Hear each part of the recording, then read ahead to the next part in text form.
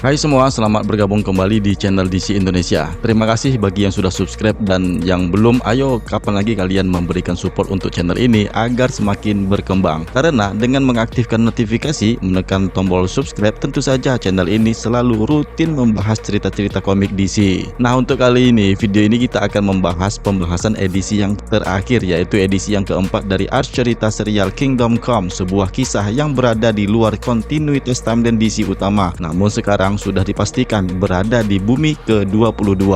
Nah, bagi teman-teman yang belum sempat melihat edisi yang sebelumnya, silahkan dilihat dulu karena di edisi kali ini akan mengakhiri kisah Kingdom Come, para pahlawan Justice League yang sudah menua. Oke, langsung saja kita masuk ke pembahasannya. Namun sebelum itu ada baiknya kita lewatkan dulu bumper DC Indonesia. Yeah.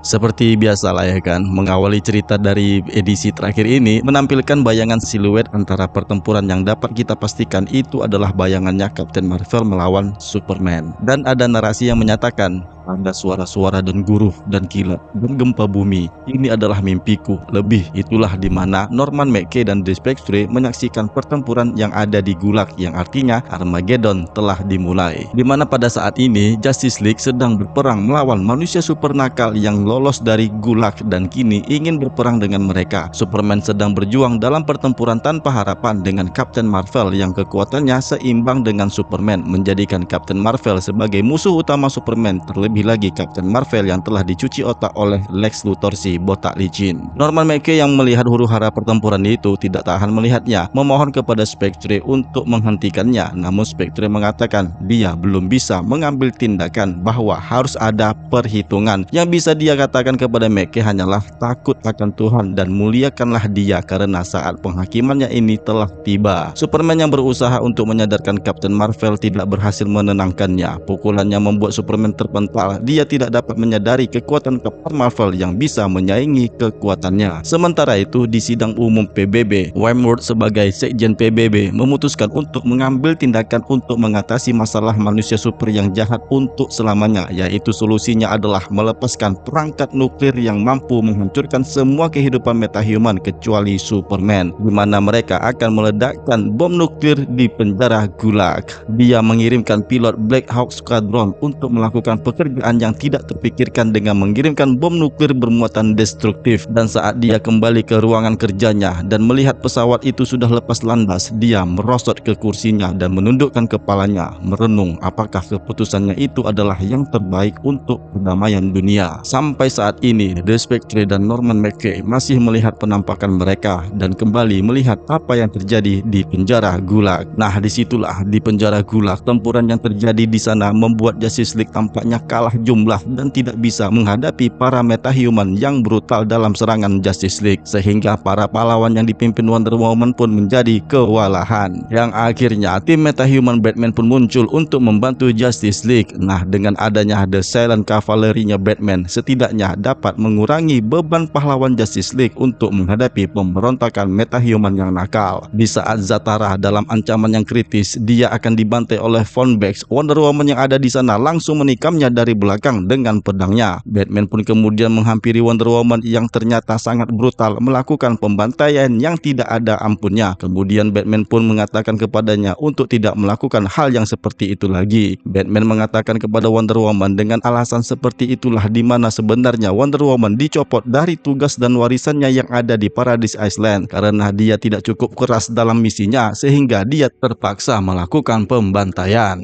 Mendengar pernyataan Batman yang seperti itu, Wonder Woman pun menjadi pitam dan langsung menyerang Batman ke atas langit. Dan ketika mereka saling berhadapan, ternyata tidak disangka mereka berdua melihat pesawat Black Hawk Squadron yang datang membawa bom nuklir. Hal ini membuat Batman untuk membantu Wonder Woman melihat apa yang akan terjadi pada metahuman, dan semua pahlawan tentu sangat merugikan jika bom itu dilepaskan ke tanah daratan di lokasi penjara Gulag. Terang saja karena di sana ada banyaknya manusia super yang sedang bertempur. Batman Superman dan Wonder Woman pun berusaha untuk menghindari ledakan, di mana Wonder Woman berupaya untuk mendapatkan kembali kehormatan Amazonnya untuk tidak membiarkan bom dijatuhkan ke tanah daratan Kansas. Mereka berdua pun berjuang menghancurkan pesawat-pesawat itu, namun sayangnya satu misil pun telah dilepaskan. Sementara itu di lokasi penjara Gulag, pertempuran antara Superman melawan Captain Marvel membuat Superman menjadi kewalahan. Meskipun dengan heat visionnya, Captain Marvel mengucapkan mantra Shazamnya sehingga mengeluarkan petir yang menyambar Superman. Bukan sekali dua kali yang dia lepaskan, mantra itu sering diucapkannya dum bam jum bam jum.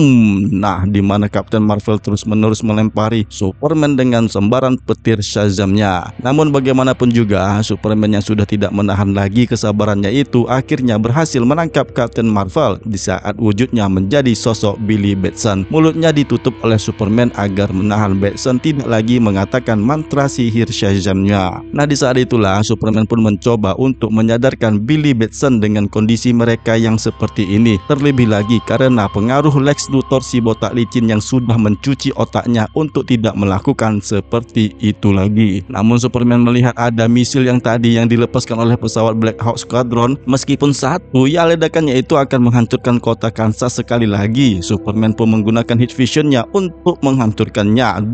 Tapi sayang sekali, misil itu tidak dapat dihancurkan dan dia membiarkan Batson membuat keputusan tentang apa yang telah penting bagi dirinya saat dia terbang untuk mencegat bom tersebut. Sebelum kita melanjutkan ceritanya, ada baiknya bagi teman-teman yang belum menekan tombol subscribe, ayo dukung channel DC Indonesia dengan menekan tombol subscribe-nya. Kebangkitan DC dimulai dari kalian. Nah, saat itulah perdebatan antara Norman McKay dan The Spectre pun terjadi. Bagaimanapun juga Norman meminta The Spectre untuk menghentikan kekacauan ini. Namun The Spectre mengatakan inilah penghakiman dari Tuhan dan mereka tidak bisa berbuat apa-apa. Sementara Billy Batson yang akhirnya sudah menyadari dengan apa yang disampaikan Superman untuk memperhatikan sekitar mereka yang sudah penuh kekacauan, dia akhirnya menyebut nama Shazam sekali lagi dan berubah menjadi Captain Marvel. Dia pun terbang menyusul Superman dan melemparkan Superman ke daratan. Usahanya itu adalah agar tidak membiarkan Superman yang dapat menghancurkan bom nuklir, ya biar dia sajalah yang dapat melakukannya. Nah, di saat dia menyentuh untuk menahan misil bom nuklir itu untuk tidak jatuh ke daratan, dia menyebut nama Shazamnya sebanyak 3 kali dan ledakan petir pun menghancurkan bom nuklir yang akhirnya menghancurkan semua manusia super dan langit pun mengeluarkan kepulan asap ledakan. Captain Marvel pun tewas dalam ledakan bom nuklir. Yang tersisa dalam ledakan dahsyat itu adalah Superman dan beberapa pahlawan yang berhasil dilindungi oleh cincin kekuatan Green Lantern Alan Scott. Superman pun berteriak meraung dengan kemarahannya. Dengan hilangnya banyak nyawa akibat tindakan ekstrim ini, Norman dan Spectre pun sekali lagi terlibat perdebatan yang membuat Norman menjadi kesal. Sebagai pastor, dia tidak menyukai apa yang dia lihat. Namun bagi Spectre sendiri hanya bisa mengambil kesimpulan, inilah Judgment Day yang ditakdirkan oleh mereka. Norman pun kemudian meminta Spectre untuk melihat Superman yang terbang dengan kemarahannya menuju ke gedung PBB. Di sanalah Superman pun menutup pintu ruangan dan mengancam semua orang yang ada di dalam sana untuk tidak bisa keluar dan akan merobohkan bangunan menjebak mereka untuk mati di dalam gedung. Akhirnya Spectre pun membawa Norman ke gedung PBB untuk menjelaskan pengertian Superman, untuk membuatnya melihat kemanusiaan yang dia abaikan selama bertahun-tahun dengan percaya bahwa dia adalah dewa. Nah, di saat Superman mengamuk di gedung PBB itulah si Norman McKay pun menampakkan dirinya di depan mukanya si Superman dan menyadarkan Superman tentang beberapa orang yang selamat dari ledakan dan meminta perhatiannya pada fakta yang sebenarnya, bahwa konflik muncul ketika manusia super memisahkan diri dari manusia dan meyakinkan Superman untuk memilih jalan yang benar.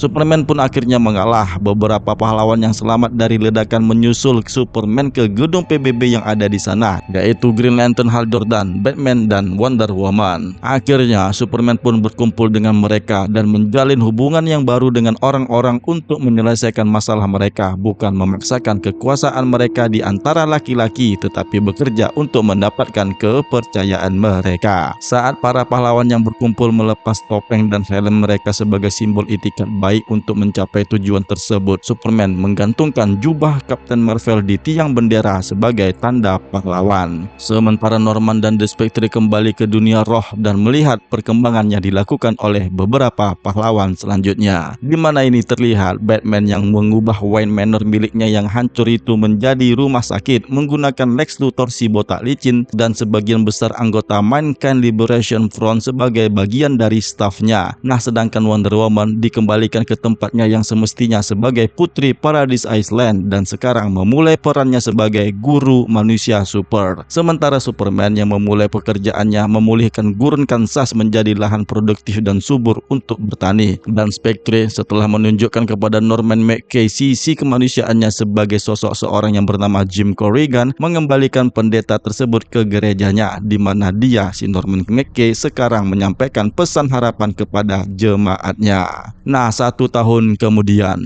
Superman dan Wonder Woman bertemu dengan Batman dalam identitas sipil mereka di sebuah restoran yang kita kenal sebagai planet Krypton, di mana mereka berbagi cerita satu sama lain tentang apa yang terjadi dalam hidup mereka selama setahun terakhir. Namun alasan sebenarnya dari pertemuan ini adalah sebuah berita mengenai Diana dan Clark yang telah menikah, dan Diana pun tengah mengandung anak dari Clark Kent. Dia pun meminta Bruce untuk menjadi ayah baptisnya. Bruce tidak bisa menolak meskipun Bruce memiliki catatan sebagai orang tua di sepanjang hidupnya. Baik Clark Kent maupun Diana melihat bahwa Bruce dapat mengajari anak mereka hal-hal yang tidak dapat mereka ajarkan sendiri, yaitu pelajaran tentang kematian dan moralitas dari pria yang mereka percayai. Saat Clark dan Bruce pun berkumpul kembali dan mereka pun pergi bersama Diana untuk mendiskusikan masa depan mereka dengan anak tersebut, Norman McKay terlihat bersama Jim Corrigan yang frustasi berbicara tentang The Spectre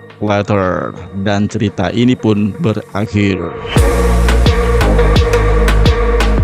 Nah, sekarang bagaimana menurut teman-teman penceritaan kisah dunia alternatif Justice League yang ada di masa depan di bumi ke-22 mengenai kisah Kingdom Come yang baru saja kita selesaikan ini? Tentu saja kisah ini sangat menarik dengan mengambil beberapa kutipan ayat dari Alkitab sebagai teguran kepada kita semua. Semoga cerita ini dapat menghibur kalian. Akhirnya aku, Jimmy Brainstorming, pamit dulu. Sukses untuk kita semua. Semoga dipermudah dengan semua urusan dan nantikan video cerita yang lainnya dari semesta DC Universe. Salam DC Indonesia, see you next time and bye.